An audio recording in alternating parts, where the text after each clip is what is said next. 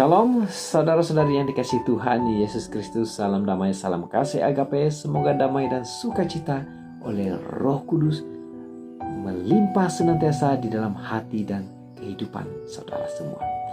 Sebelum kita mendengar dan merenungkan sabda firman Tuhan pada hari ini, mari kita siapkan hati dan kita berdoa. Kita berdoa. Ya Tuhan Bapa di syurga, pada saat ini kami memuji Engkau atas kasih-Mu yang begitu besar, sehingga kami masih punya kesempatan yang indah ini untuk terus menikmati berkat yang sentiasa kami rasakan di dalam kehidupan kami. Pada saat ini Tuhan, kami siap dan mahu terus mendengarkan dan merenungkan sabda firman Tuhan. Berbicaralah kepada setiap satu kami Tuhan, sehingga kami akan dapat mengerti maksud Tuhan dalam kehidupan kami. Berikanlah kami hati yang dapat mengerti akan sabda-Mu pada hari ini. Dalam nama Yesus yang penuh kuasa, kami berdoa mengucap syukur. Amin. Saudara, tajuk renungan kita pada hari ini, utamakan Tuhan. Apakah yang menjadi keutamaan atau kepentingan di dalam hidup saudara? Kita perhatikan ayat inti yang terdapat di dalam Markus 10 ayat 22. Mendengar perkataan itu, mukanya muram, lalu pergi dengan sedih. Kenapa? Sebab banyak hartanya. Nah saudara boleh mengikuti ataupun mengetahui kisah ini yang terdapat di dalam Injil Markus 10 ayat 17 hingga 22, di mana kisah ini menceritakan tentang seorang pemuda yang kaya raya yang kemudiannya bertemu dengan Yesus, dan si pemuda ini bertanya kepada Yesus untuk meminta kepastian apa lagi yang dia perlu lakukan supaya mendapat hidup yang kekal. Apakah respon Yesus? Apakah jawab Yesus? Kita perhatikan di ayat yang ke-21. Yesus memandang pemuda ini dengan penuh kasih dan berkata kepadanya, hanya satu lagi kekuranganmu, wahai pemuda. Pergilah, jualah apa yang kau miliki dan berikanlah itu kepada orang-orang miskin. Nah, pada saat Yesus meminta si pemuda ini untuk menjual apa yang dia miliki dan kemudiannya memberikan hasil jualan itu kepada orang-orang miskin, mukanya menjadi muram. Bagaimana dengan saudara? Si pemuda ini di dalam pikirannya, dia mengira bahwa ketaatannya pada hukum Taurat yang dia ikuti, yang dia benar-benar pegang selama hidupnya sejak masa mudanya, itu sudah memadai dan sudah mencukupi untuk menjadi modal bagi memperoleh hidup yang kekal. Namun melalui kisah ini, mukanya menjadi muram, lalu pergi dengan sedih. Di sini kita dapat melihat bahwa si pemuda ini enggan ataupun tidak mahu, dan dia tidak mempunyai keinginan untuk melakukan perintah Tuhan. Dan kita dapat melihat juga di mana hatinya terikat pada kekayaan duniawi yang ditawarkan dunia. Hingga saudara, perhatikan ini saudara baik-baik.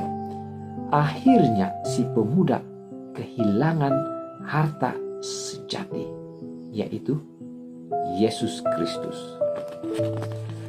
Nah saudara, saya suka untuk menceritakan satu kisah. Suatu ketika di dalam kehidupan saya pada 15 tahun yang lalu. Pada waktu itu saya masih aktif sebagai seorang pemain bola sepak profesional. Selepas tamat persekolahan di tingkatan 5, saya langsung saja terlibat sepenuh masa di dalam dunia bola sepak. Saudara, inilah cita-cita saya sejak kecil lagi. Sejak usia 6 tahun, inilah keminatan saya bermain bola sepak. Nah, dipendekkan cerita, saya sampai ke satu titik di mana saya mengalami situasi seperti si pemuda ini. Untuk pengetahuan saudara, di dalam dunia bola sepak, Anda akan ditawarkan keseronokan duniawi. Ya, Anda dijanjikan dengan gaji yang lumayan, tempat tinggal yang indah. Anda akan menjadi seorang yang populer oleh karena Anda akan masuk dalam television seperti Cristiano Ronaldo, Messi. Ya, dan bukan itu saja, banyak lagi tawaran-tawaran yang indah yang ditawarkan oleh dunia ini. Namun, untuk semua itu, saya harus menggadaikan sahabat Tuhan yang kudus. Ini bermakna bahwa saya harus menggadai Tuhan saya yang saya sembah. Apakah yang harus saya lakukan di usia semuda itu?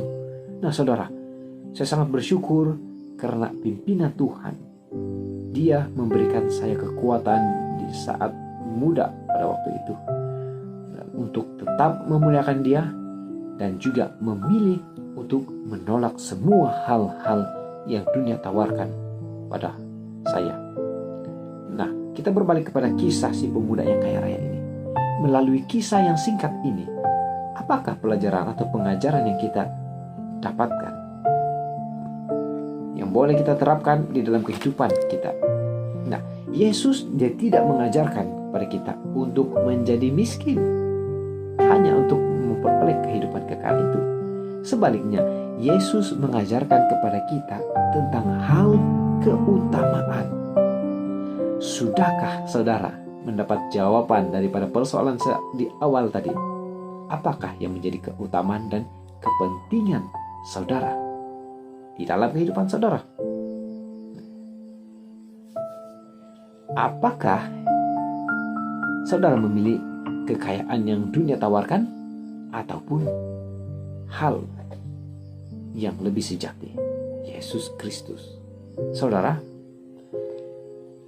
dan saya, kita hanyalah pengurus atas setiap harta kekayaan yang diberikan Tuhan ke atas kita. Apa yang kita miliki, ini semua adalah pemberian daripada Tuhan. Kiranya kita menjadi lebih bijak bagaimana menggunakan harta yang kita ada ini sementara kita berada di dunia ini, supaya itu semua tidak menghalang kita, fokus kita untuk terus mengikut Tuhan. Saudara, pada hari ini, pada saat saya ingin mengajak saudara semua, dan anggaplah ini sebagai satu ajakan daripada Yesus Kristus sendiri, untuk menjadikan Tuhan Yesus Kristus kita, Dialah di atas segala-galanya di dalam kehidupan, di dalam keutamaan kita sementara kita hidup ini. Dan kiranya melalui harta dan segala yang kita miliki, nama Tuhan akan terus ditinggikan dan dimuliakan. Saudara, mahukah saudara bersama dengan saya untuk berkomitmen menjadikan Tuhan Yesus yang terutama di dalam kehidupan saudara? Apakah ini menjadi kerinduan saudara? Jika iya, saya juga rindu untuk mendoakan saudara semua. Mari kita berdoa bersama. Ya Tuhan, Bapa di surga, sekali kami mengucap syukur dan terima kasih kepadamu karena Engkau sudah menyadarkan kami tentang keutamaan di dalam kehidupan kami. Pada hari ini ya Tuhan, pada saat ini, hamba-Mu bersama dengan semua saudara dimanapun mereka berada, siapapun mereka, kami mahu melakukan satu komitmen bahwa Engkau Tuhan kami yang harus menjadi yang terutama dari segala-galanya di dalam kehidupan kami. Berkatilah satu persatu kami ya Tuhan, berkatilah keputusan yang komitmen yang sudah kami ambil pada hari ini. Dan dimanapun kami berada, terima kasih berkat Tuhan bersama kami satu persatu. Dalam nama Yesus yang adalah Tuhan dan Juru Selamat kami berdoa dan mengucap syukur.